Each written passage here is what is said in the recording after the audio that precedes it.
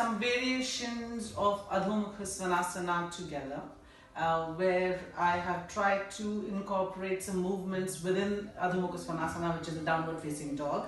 According to me, this is the best asana that one can do because it offers you a total body workout, right from your arms all the way to your shoulders, your back, your glutes, your hips, your quads, your hamstrings, your calves and your ankles.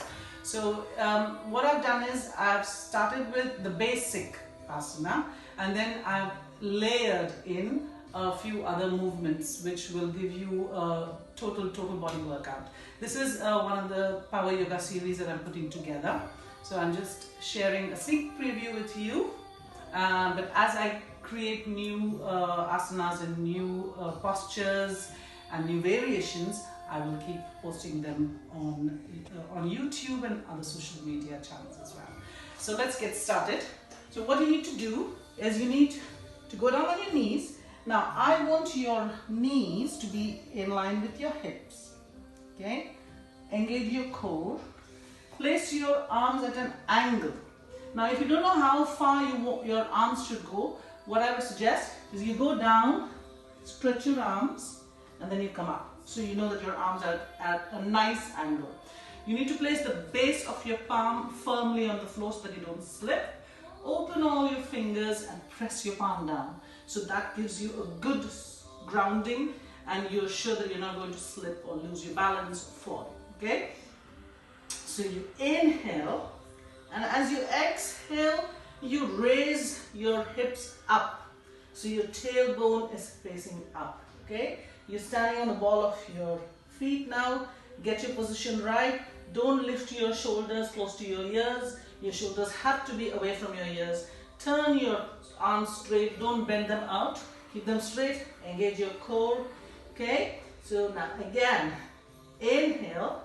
And as you exhale, push your heels towards the floor. Now if you're just getting started, you may just reach here. So don't worry about it. It's not a race. You have to let your body do what it does and gradually build up your flexibility. Okay? So again, inhale.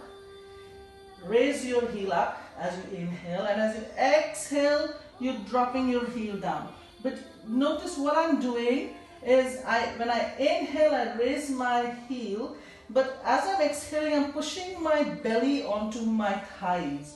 So, and then I drop my heel. Okay, so lift again as you inhale. As you exhale, you push your belly into your thigh and you drop. Do it one more time. Raise and push your belly into your thighs. So what's going to happen is eventually your head is going to try and come closer to the floor. Okay, just one last time. Let's do this. Okay, and you hold it there. Now for the next inhalation, I want you to come into plank, and when you exhale, you're going to raise again and you're going to drop. Inhale, come into plank.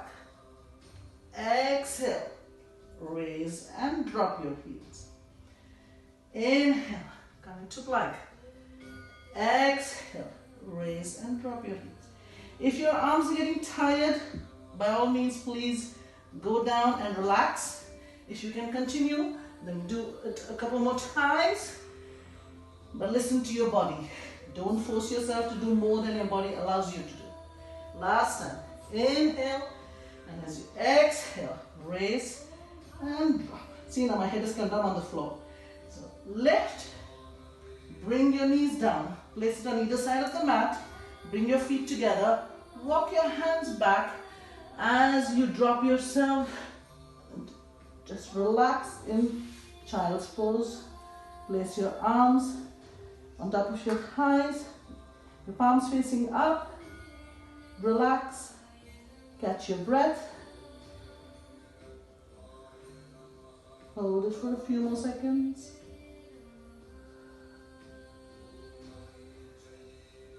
Place your palms in front of your knees. Inhale. As you raise yourself, bring your knees together. Relax. And how was that? Did you feel your muscles working? This is just the first variation.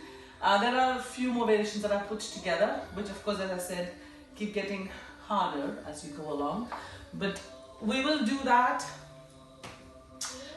once you've practiced this a bit. It's a lot of fun. It's a lot of fun. I keep trying to create lots of different power yoga sequences because as a Bharatanatyam dancer and teacher, I feel that we really need to condition our body before we dance. And I keep teaching my students all these different exercises, and believe you me, I can see an improvement in them because of all these exercises that they do.